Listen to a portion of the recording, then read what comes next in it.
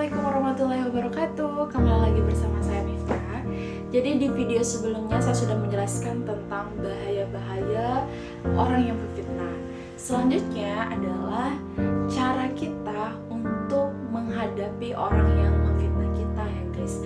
Karena kalau kita tentu di dalam posisi kita difitnah ya sungguh gak enak banget ya.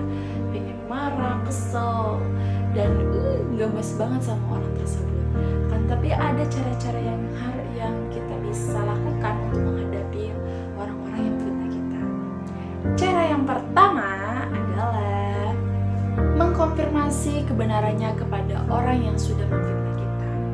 Kita harus mengkonfirmasi nih kepada dia apakah apa sih maksud yang dia lakukan tersebut gitu. Sedangkan yang kita rasakan ya kita nggak pernah merasa untuk melakukan perbuatan tersebut, tapi kok dia malah mengabarkan, memberitahu orang-orang tentang kita yang enggak gitu. Jadi kita perlu untuk mengkonfirmasi kepada mereka, jangan langsung emosi gitu. Dan ketika ngomong sama mereka pun kita harus menjaga emosi kita sih teman-teman, karena ketika kita memperlihatkan diri kita yang emosi berarti kita juga memperlihatkan diri kita itu kalah dan kita terpancing dengan apa yang dilakukan kepada kita. Nah, cara yang kedua adalah bersikap cuek dan masa bodoh dengan apa yang dia lakukan. Teman-teman, ketika kita diam, kadang kita berpikir gitu, atau kadang orang juga berpikir kok kita diam sih ketika difitnah gitu. Kadang kita dianggap ya bodoh dan tidak mau itu. Sedangkan tanpa kita sadari teman-teman, ketika kita diam itu tidak adalah cara kita untuk menghadapi orang tersebut, karena kita membuktikan bahwa kita tuh tidak terpancing dan berita yang diberitakan juga tidak sesuai dengan kebenarannya. Jadi kita nggak perlu, jadi kita juga nggak merasa untuk tidak merasa sampai dirugikan gitu, kecuali memang kalau apa yang mereka sampaikan itu membuat rugi kita, bahkan membuat karir kita rusak, ya itu penting untuk kita tindak lanjuti kebenarannya gitu, atau tindak lanjuti orangnya seperti itu.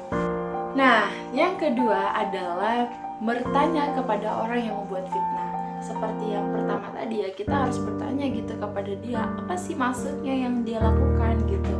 Kok sampai segitunya dia memfitnah kita? Apakah kesalahan kita tuh begitu besar banget ke dia atau apa? Itu kadang orang yang memfitnah kita ya kadang dia juga iri sih sama kita seperti itu. Jadi ya diamin aja guys. Dan yang keempat adalah sabar dan percaya bahwa semua akan dibalas oleh Allah Subhanahu wa Ta'ala. Ya, setiap perbuatan yang tidak baik tentu akan mendapatkan ganjaran ya, baik maupun perbuatan kita baik ataupun buruk ya tetap mendapat ganjaran. Ketika baik yang kita lakukan ya ganjaran yang kita dapatkan akan baik pula, tapi kalau perbuatan kita buruk ya akan buruk pula guys, apa yang kita akan lakukan. Dan cara yang kelima adalah menunjukkan kualitas diri kita. Tentu ketika kita difitnah, kita tuh ya balas dendam terbaik yang membuktikan bahwa diri kita tuh lebih baik ya.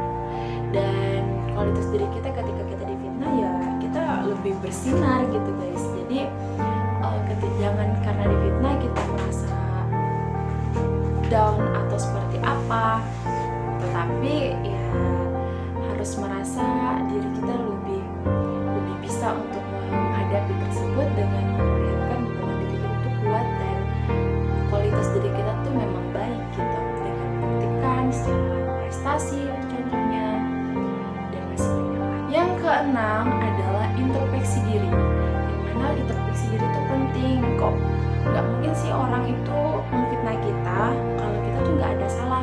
Nah, jadi kita juga harus penting untuk mengintrospeksi diri kita, apa yang salah dari kita sampai orang sejahat itu sama kita. Dan ketika memang kita salah ya kita minta maaf, dan dan kalau memang kita tidak ya kita yakin bahwa dia akan mendapatkan balasan dari apa yang dia lakukan. Introspeksi diri itu penting.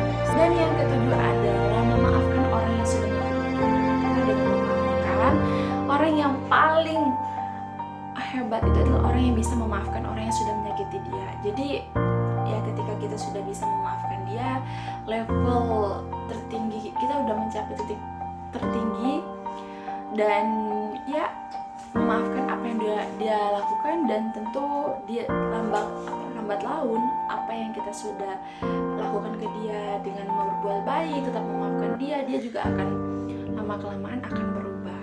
Yakin bahwa mereka akan berubah. Yang ke-9 adalah melakukan hal yang menyenangkan. Bila kita merasa putus asa, penting untuk kita menyenangkan diri kita sendiri, dan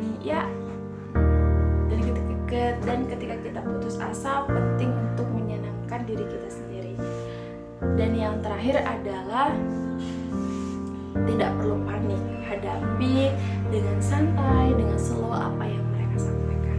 Nah, itu dia tadi adalah cara-cara yang kita bisa lakukan untuk menghadapi orang yang sudah memfitnah kita, guys. Semoga bisa bermanfaat, dan jangan lupa like dan komen dan subscribe. Terima kasih. Wassalamualaikum.